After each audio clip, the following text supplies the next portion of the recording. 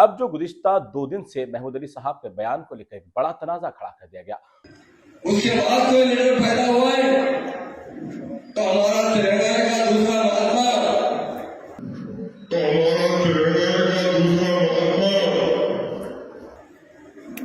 1954 में केसीआर साहब पैदा हुए।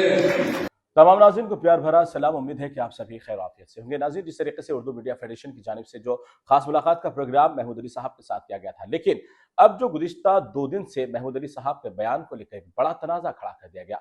और बड़ी तनाज़े का मसला यह है कि खुलफ़ाए राशिदीन में 4 अरबाइन जो है उसमें खलीफा दुवम सैयदना उमर रज़ियल्लाहु अन्हु के मामले को लेकर एक उनकी बात को क्या कट करके पेश किया गया, तोड़ मरोड़ के पेश किया गया, या फिर हकीकत में वज़ारत दाखिला हमारे मोहम्मद महमूद अली साहब जो हमारे साथ मौजूद है उनकी ज़बान से या वाक़ई में उमर फारूक रज़ियल्लाहु अन्हु की शान में कुछ गुस्ताखाना अल्फाज निकले। इन तमाम हालात को जानने के लिए आज फिर वज़ीर दाखिला के साथ हम यहाँ पर पहुंचे हैं, क्योंकि ये एक बड़ा ही कठिन मसला है।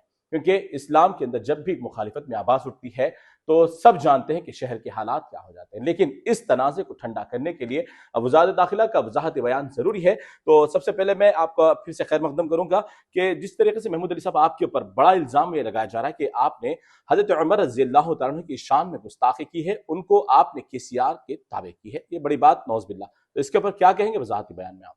अब्दुल्ला भाई, ये कभी सोच भी सकते हैं? कोई भी बात बताना चाहता हूँ। जी। उमर रज़ियल्लाहु अन्हु के सामने तो हजारों की गर्दनें भी शहीद कर दी जाए तो मामूली बात है। जी। हम बड़ा एहतराम करते हैं, हम मुसलमान हैं। बराबर। हम जो है महात्मा गांधी से कंपेयर किया गया, क्योंकि हम हमेशा केसीआर साहब को दूसरा गांधी करते हैं। जी। हमने खुद कहा कि हमारे तेलंगाना के दूसरे गांधी जी। केसीआर साहब जन्म के बारे में कहें, आप देख लीजिए, आप तफसील से हमारे बयान को दीजिए। एक चैनल वाले ने उसे, जो हमारे अपोजिट में काम कर रहा है, उसे तोड़ मोड़ के पेश किया गया। जी।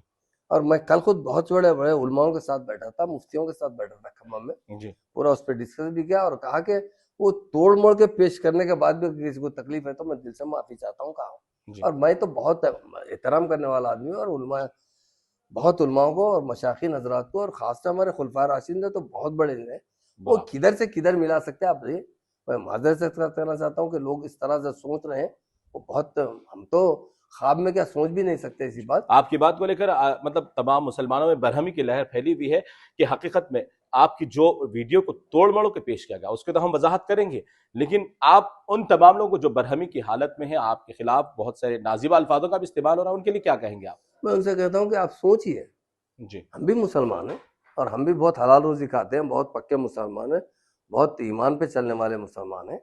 हम किसी तरह किसी कोने में भी इस बात नहीं सोच सकते। हमारी गर्दन भी कट जाएगी तो हम नहीं सोच सकते खुलफाए राशिदीन का जो मुकाम होता है। मैंने कहा कि महात्मा गांधी से किसी ने सवाल किया था कि आप कैसा हिंदुस्तान देखना चाहते हैं। जी, हमने सुना है। क्योंकि महात्मा गांधी इस्लामी लिटरेचर बहुत अच्छा वाकिफ है। उन्होंने कहा, मैं बहुत से लोगों के बारे में, हुक्मरानों के बारे में पढ़ा हूँ, और सबसे अच्छा रूल रहा तो हजरत उमर फारूक रज़ियल्लाहु अन्हु का जमाने का रोल रहा है। उसी तरह का रूल जो है हम देखना चाहता हूँ, उस तरह अमन, उस तरह तरक्की चाहता हूँ। और नौज़बिल्लाह मैं किस तरह भी बोल ही नहीं सकता, और उसे तोड़ मोड़ के पेश किया गया। अगर किसी को मेरी वजह से, इस बयानबाजी की वजह से कोई तकलीफ है तो मैं कल भी कहा हूँ कि माफी चाहता हूँ, आज भी कहता हूँ कि माफी चाहता हूँ।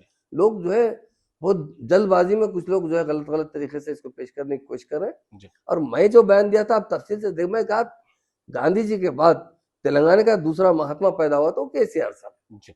तो यानी वजाहती तौर पर यह वाज़ेह है कि महमूद अली साहब का जो बयान था कि महात्मा से किसी ने सवाल किया कि किस तरीके का आप रोल चाहते हैं, तो उन्होंने उमर फारूक रज़ियल्लाहु अन्हु के दौर की बात कही, और यहाँ पर इनकी बात को किस तरीके से तोड़कर पेश किया गया वो हम आपको बराबर हमारे अपने तमाम मीडिया चैनल्स के जरिए बताएंगे।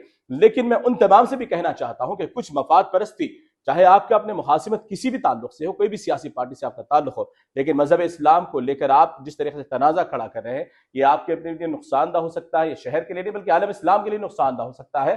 तो मैं आप सभी उन हजरात को भी इंतबाह देता हूं कि बेवजह इंतखाबी मौसम के दौरान इस तरीके से खुलफाए राशिदीन को लेकर हो या इस्लामी मज़ाहिब के ताल्लुक से हो, किसी भी मजहब के ताल्लुक से आप अपने चंद वोट हासिल करने के लिए मुसलमानों के जज्बात को मजरू ना करें। तो इस तरीके से हमारी खास मुलाकातें जारी रहेगी, लेकिन हज़रत उमर रज़ियल्लाहु अन्हु के बात को लेकर जो तनाज़ा खड़ा किया दिया उस मामले का खुलासा करने के लिए हम वज़ारत दाखिला के पास मौजूद हुए, और उन्होंने फिर एक मरतबा अवाम उन्नास के दिल को पहुंचने वाली ठेस को लेकर माफी मांगी है, और उन्होंने कहा कि अगर आप हकीकत जानना चाहते हैं तो इस वीडियो को जरूर देखें। बड़े बड़े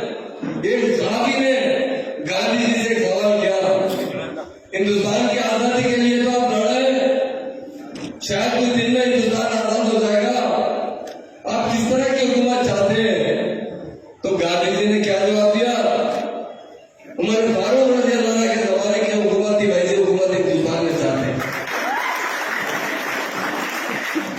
क्योंकि तारीख बताती है दुनिया में कभी इंसाफ हुआ है, हज़रत उमर फारूक रज़ी अल्लाह के ज़माने में इंसाफ हुआ है।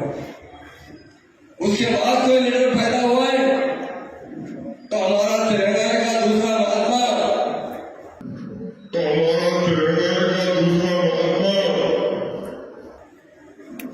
1954 में केसीआर साहब पैदा हुए। उसके बाद कोई लीडर पैदा हुआ है तो हमारा तेलंगाना का दूसरा महात्मा 1954 में केसीआर साहब पैदा हुए, जिन्होंने